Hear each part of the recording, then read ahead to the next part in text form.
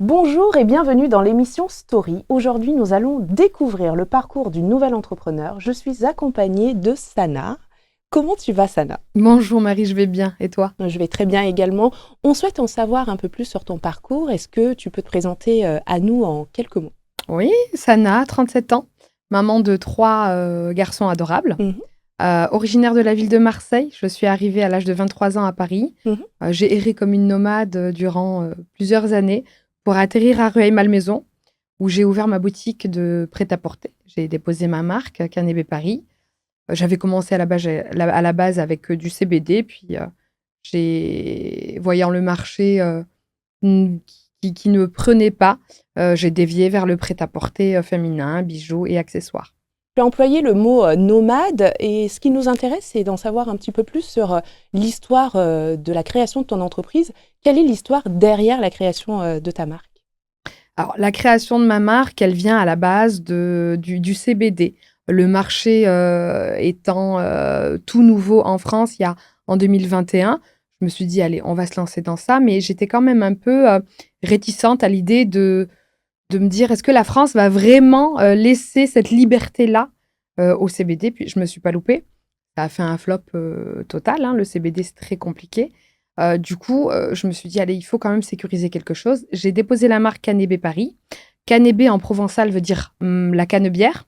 Et pour l'histoire, c'est par là où transitait le chanvre au D'accord. Moyen Âge. Donc, ça a fait un clin d'œil au CBD, au chanvre. Et ça m'a permis de développer ma marque de vêtements.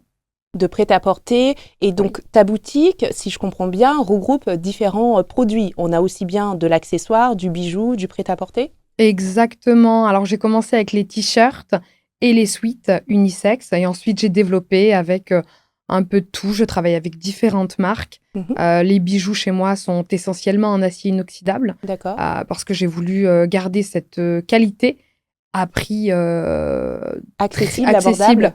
pour tout le monde, parce qu'il ne faut pas oublier que ça reste un plaisir aujourd'hui de s'habiller pour tout le monde. Et donc, j'ai voulu que ce soit accessible pour tout le monde. Donc, tu parlais du fait que ta boutique est composée de plusieurs marques. Est-ce que tu peux en citer quelques-unes? Oui, j'ai À Cause, j'ai Tendance Paris. Mhm. C'est des petits créateurs hein, Mm. avec qui je travaille. Aujourd'hui, l'entrepreneuriat, c'est quelque chose qui est quand même relativement pratiqué en France depuis l'arrivée de la Covid. Toi, ça fait combien de temps que tu pratiques l'entrepreneuriat? Depuis 2021, exactement. 2021. Oui. Justement, quand tu as souhaité te lancer, est-ce que les réactions de tes proches ont été plutôt positives, négatives? Comment tu as reçu l'information de tes proches? Bah, comme 99%, je pense, des entrepreneurs, les proches sont craintifs. Mhm. Surtout moi, étant maman de... J'avais pas le troisième encore, maman de deux enfants, un travail très stable dans le domaine des assurances où j'avais pas forcément besoin, mais j'avais envie de m'accomplir, de faire les choses moi-même et de me prouver que je pouvais y arriver. Et je suis quelqu'un de très créatif. Donc du coup, je voulais vraiment développer tout ça et me dire, allez, tu peux y arriver, tu peux le faire, peu importe où ça me mène. Je voulais tenter l'expérience. Bah, aujourd'hui, j'estime que c'est une expérience totalement réussie. Et tu parlais d'envie, quel a été le moteur, quel a été le déclencheur qui t'a donné, qui t'a incité à créer ton entreprise? À quel moment il y a eu ce fameux déclic? C'est venu de manière tout à fait naturelle. J'ai toujours voulu développer quelque chose, faire quelque chose. Et c'est vrai que la période du Covid, elle était très compliquée. Où voilà, avec le télétravail, tout ça, c'était pas forcément évident. Moi, je suis quelqu'un, j'ai besoin de gérer, d'être maîtresse de mes journées, de mon avenir, de tout ce que je peux faire. Pour résumer, effectivement, cette période de la Covid Oui, t'a incité à réfléchir, comme beaucoup d'entre nous, sur quel était réellement le sens, le sens de la vie. Et essentiellement, comme on passe la majeure partie de son temps au travail, exactement. ça a été une période de réflexion, toi aussi, en ce sens. Exactement. Et puis, j'ai eu une discussion avec ma grande sœur qui me dit, mais Sana, t'as plein d'idées, t'as plein de choses à dire, t'as plein de choses à... Pourquoi tu fais rien? Et je me suis dit, mais elle a tout à fait raison, il faut que je fasse. Il faut que je fasse. Et donc, Pourquoi tu fais rien dans l'entrepreneuriat? Parce que dans de ce que j'ai compris, l'entrepreneuriat, oui, tu étais j'ai toujours salarié. été très active. Je ne connais pas Oui. le chômage par la grâce de Dieu, mais j'ai toujours travaillé, Mm. toujours, toujours. Et pourquoi tu fais pas? Pourquoi tu n'y vas pas? Je suis très créative, j'ai beaucoup d'idées. Donc, lance-toi. Mais ce qui est rigolo, c'est que quand je lui ai dit que j'allais me lancer, elle m'a dit, mais attention, avec les enfants, c'est risqué. Surtout quand j'ai dit que j'allais prendre une boutique. Voilà, les coûts, c'est pas les mêmes que lorsqu'on gère en digital. Mais je suis très contente du parcours. Justement, tu parlais de risque, hein, et le fait de créer son entreprise, c'est pas quelque chose d'anodin. C'est quand même une situation à risque. Justement, quand tu as été confrontée à des difficultés, comment ça s'est passé au démarrage de ton activité? Quels ont été les freins, les difficultés que tu as rencontrées et comment tu as réussi à les surmonter? Les difficultés, c'est de trouver les bons fournisseurs. J'arrivais dans un monde que je connaissais mais que je ne maîtrisais pas.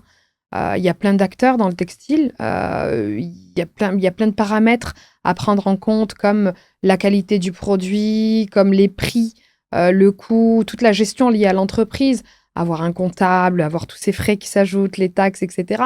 Donc, il y a tout qui nous tombe dessus. On se dit, mais comment on fait? Faire confiance, j'ai appris à déléguer, j'ai appris à faire confiance et j'ai appris à aussi me poser et me dire, de toute façon, si ces problématiques se posent, c'est qu'il y a des solutions. Donc, vas-y, on va trouver les solutions. Et justement, quand ces problématiques, quand les problèmes surviennent, parce qu'on en parlait tout à l'heure avec l'invité précédent, créer une entreprise, c'est un générateur de stress, hein, parce qu'on est très polyvalent dans l'exercice, surtout au démarrage, on est aussi bien dans la comptabilité, la partie communication et autres. Comment tu gères, toi, au quotidien, le stress qui sont liés à des imprévus?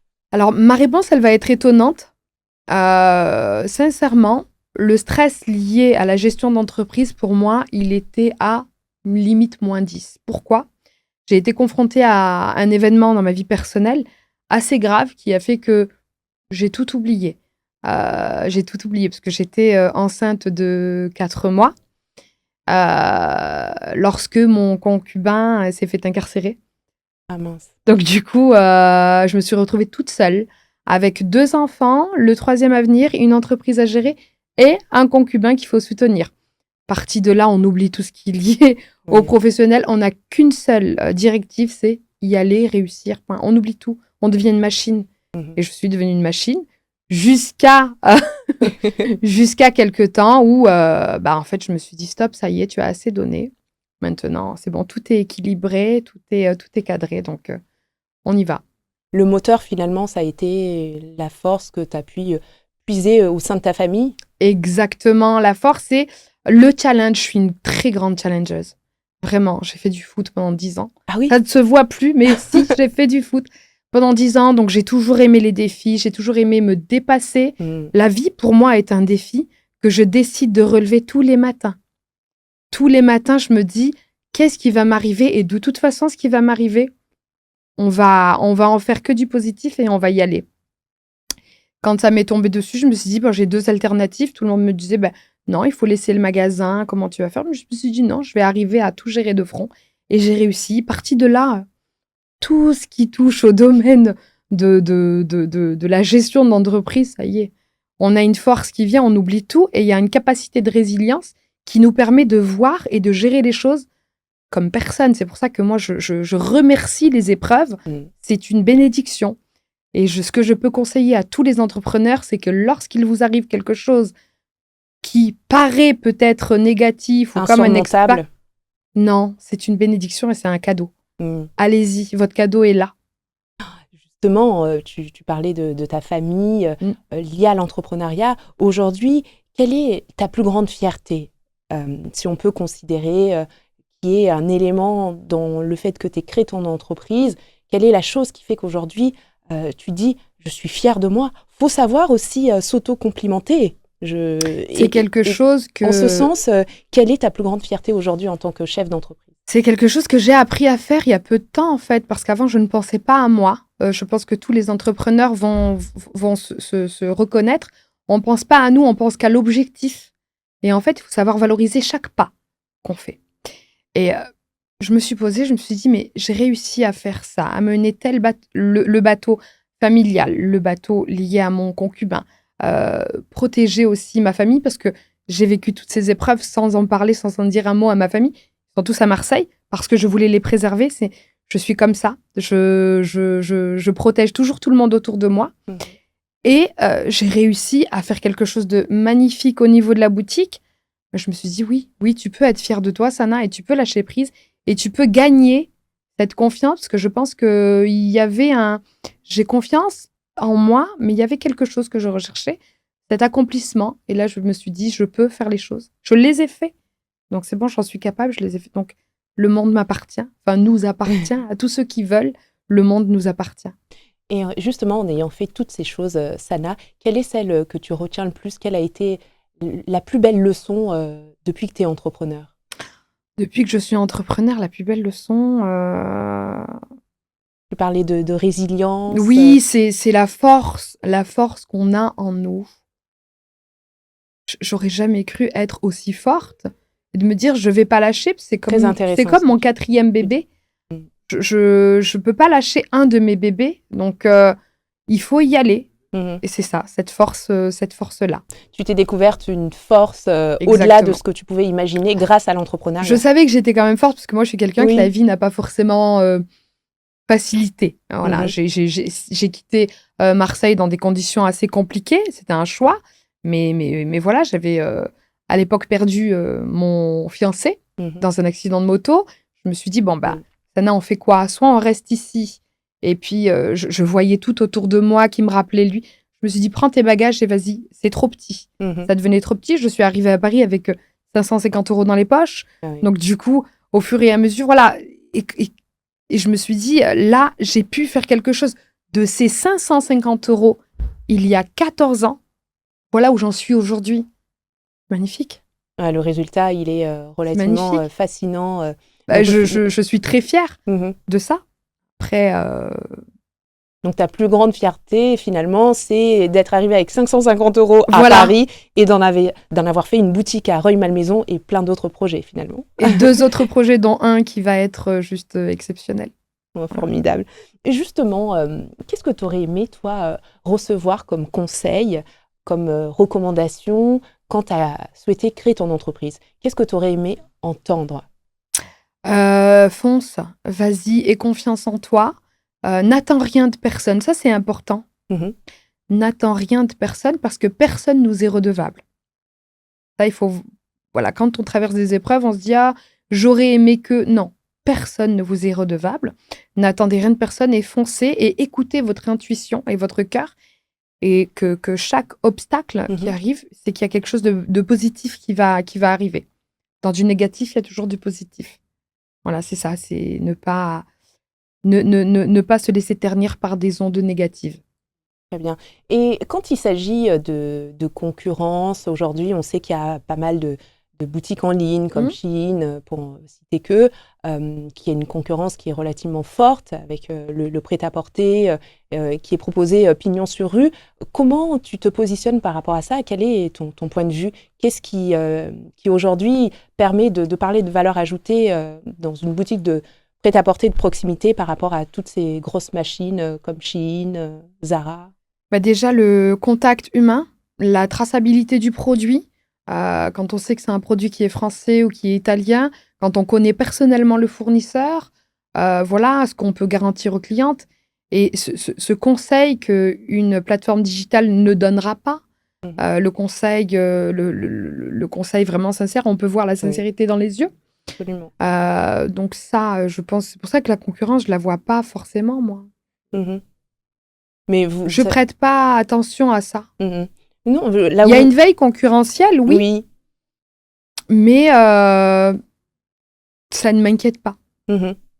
Effectivement, rien ne remplace la relation humaine. Si je dois... En termes de conseils. Exactement. Si je dois changer de cap, me diriger vers du digital ou autre, c'est pas lié à ces plateformes, c'est lié à un choix personnel qui a fait que j'ai décidé de. Voilà. Et le choix personnel qui vous motiverait effectivement à être davantage présente pour un site internet, les réseaux sociaux, quelle serait cette motivation? Mes enfants, la disponibilité à la maison, la flexibilité, parce qu'avoir une boutique physique, c'est être présent. Ne pas avoir de couac. Voilà, on peut avoir des salariés, oui, mais même les salariés, ils ne peuvent pas nous garantir une présence H24. Donc, il y a beaucoup de surprises avec le monde du salariat aussi. Et le défaut des entrepreneurs, parce que la plupart, on est loyal, on bosse, on on est présent, il n'y a pas de coups bizarres. On s'attend à ce que tout le monde soit comme nous. Et lorsqu'on arrive dans le monde de l'entrepreneuriat, on commence à embaucher certaines personnes, que tout est bien de prime abord et qu'après, on est déçu parce qu'on se dit, mais on apprend au fur et à mesure. Le recrutement, c'est pas quelque chose de facile aussi. Hein. Et justement, quand on est déçu, quand on est découragé, tu as dû certainement te retrouver dans des situations où, est-ce que c'est déjà le cas, tu t'es retrouvé dans des situations où tu as souhaité abandonner? Abandonner, non. Douter? Douter être impatiente. L'impatience de quand est-ce que tout ça va se stabiliser. Voilà. Mais douter, abandonner, ça peut traverser l'esprit une fois, mais c'est normal. C'est humain. C'est humain. C'est humain, on est fatigué, on se dit, je vais tout lâcher, puis après, ça revient. Ça revient justement, qu'est-ce qui te permet quel est le moteur pour surmonter des périodes comme ça de doute? Il y en a beaucoup qui attendent ça. C'est-à-dire? Il y a beaucoup de personnes, malheureusement, dans la vie personnelle mais même aussi? dans la vie personnelle. Dans la vie personnelle, il y a beaucoup de monde qui attendent que vous lâchiez prise. Hein. Voilà. C'est quand on se lance dans l'entrepreneuriat, il faut aussi être prêt à tout ce cercle hypocrite. Vous parlez de la jalousie? C'est même pas de la jalousie parfois, parce qu'on peut pas jalouser quelqu'un qui n'a pas forcément plus que l'autre. Je pense que c'est un manque de confiance. Les gens ont tellement parfois un manque de confiance en eux qui ils se disent elle a réussi. Pour moi, c'est pas de la jalousie. C'est de la frustration plus. C'est de la frustration et en fait, ils rejettent leur frustration sur vous, mais vous avez rien demandé. Mais on peut pas écarter que dans la famille, auprès des proches, que ça soit familial, amical, il y a parfois aussi de la jalousie qui est liée au fait que certaines personnes peuvent considérer que se lancer dans l'entrepreneuriat, c'est peut-être un peu prétentieux de par le fait que eux, ils se considèrent peut-être pas aptes à pouvoir le faire. Exactement, parce que les gens ont tendance à vouloir que les autres soient leur égal, tout simplement. Et le fait juste d'entreprendre, pour eux, vous êtes supérieur, alors que pas du tout. C'est juste que j'ai un cheminement différent du tien et peut-être que toi, tu gagnes 2 fois mieux ta vie que moi, mais c'est juste que j'ai fait le choix. Mais je pense que c'est des gens malheureux. C'est des gens qui sont malheureux, qui sont frustrés et ils se disent, elle a osé. En fait, mais oser, c'est gratuit. Tout à fait. Oser, c'est gratuit. Maintenant, prendre des risques, se priver, parce que quand on est entrepreneur, on fait des choix. Se priver, est-ce que, celles qui vont en voyage et se disent, moi, je vais pas voyager, j'investis dans mon entreprise. Celles qui se permettent d'aller acheter des sacs de je ne sais quelle marque ou sortir tous les week-ends, moi, je ne le fais pas, j'investis. C'est un choix, mais il faut pas m'en vouloir. C'est à toi de privilégier aujourd'hui tes envies, à quel endroit tu veux mettre ton argent. Mais il faut pas envier les autres par rapport à ça. Tu veux un conseil financier, on se retrouve et je te donne tous les conseils. Mais il faut pas. Mais généralement, c'est ça. Après, on apprend. Justement, Sana, quelles sont tes envies aujourd'hui pour ton entreprise? Quelles sont tes ambitions? Bon, Marie, il faut que je t'avoue que j'ai la session de la boutique est en cours. Mais pour un projet fantastique. Donc, je lance une application qui est tout à fait innovante. Alors, je prends un virage à 350 degrés. Les entrepreneurs, c'est ça aussi. On prend des risques. On prend des risques. Alors là, c'est un risque qui me tient à cœur parce que j'aime beaucoup le domaine de l'artistique, la création, tout ça. Donc, je lance une application qui va s'appeler Artbooking. C'est une application sur laquelle on pourra trouver dès demain, si besoin, si tu veux faire une surprise à ton chéri, par exemple, et qu'un guitariste, il vienne lui chanter sa chanson préférée, mon application va pouvoir te mettre en relation avec différents artistes, différents guitaristes. Tu vas pouvoir visualiser une prestation d'1 minute 30, voir, choisir, sélectionner. Tu donnes tes disponibilités, ma plateforme, on s'arrange pour te donner le devis et bien évidemment, te mettre à disposition l'artiste chez toi. Pareil pour un clown, une danseuse étoile, un chanteur, un danseur, pour tout événement professionnel ou personnel. L'idée m'est venue parce que je pense que c'était une prochaine question.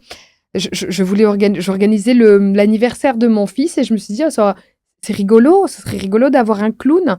Mais comment trouver un clown à Rueil-Malmaison? C'est compliqué. On tape clown sur un site internet, sur Google notamment. Et quels sont les résultats? Et cirque, clown, théâtre, etc. Mais tu trouves pas forcément. Il faut rentrer. Enfin, c'est pas si. J'ai pas trouvé. En tout cas, c'était très compliqué.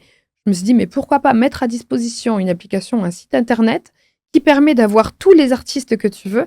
Et eux, ça va leur permettre aussi d'avoir une visibilité parce que c'est totalement gratuit pour les artistes. C'est moi qui sélectionne les profils. C'est gratuit pour eux et moi, je prendrai une commission sur la prestation à la fin. Il faut savoir que les profils seront vérifiés parce qu'on n'envoie pas n'importe qui chez les gens. Hein. Donc, les profils seront vérifiés, sécurisés avec pièce d'identité, numéro de téléphone, etc. Voilà, je pense que c'est... Moi, en tout cas, j'y crois très, très fort et je me dis, génial, c'est un coup de pouce pour les artistes, c'est un coup de pouce pour les entreprises qui souhaitent créer des événements et faciliter et mettre un coup de fun dans des réunions ou séminaires.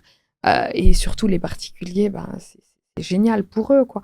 Ils pourront avoir un artiste à portée de main. T'imagines, même un humoriste. Tu veux une soirée entre amis, tu fais venir un humoriste chez toi. Donc finalement, là, cette application, c'est vulgariser l'accessibilité à un booking d'artistes, de chanteurs, comédiens notamment. Très bien, intéressant. C'est pas du tout quelque chose qui existe. Donc je suppose que tu as fait une étude de marché. Exactement, il n'y en a qu'un seul qui existe, mais généralement c'est que pour les professionnels et c'est pas aussi large que moi. Lui, il t'envoie pas de jongleur ou de cracheur de feu. Donc et les tarifs sont exorbitants. À partir de 1 600 €, enfin non, quoi. Donc tu vulgarises et tu rends accessible le booking. L'Uber de l'artiste. Très bien, intéressant. On va suivre le projet de très très près. De toute façon, sachez que vous allez retrouver toutes les informations concernant les entreprises, les projets de Sana. On va vous partager tout ça sur nos différents réseaux sociaux. Notre échange arrive à la fin. Ravie de t'avoir reçu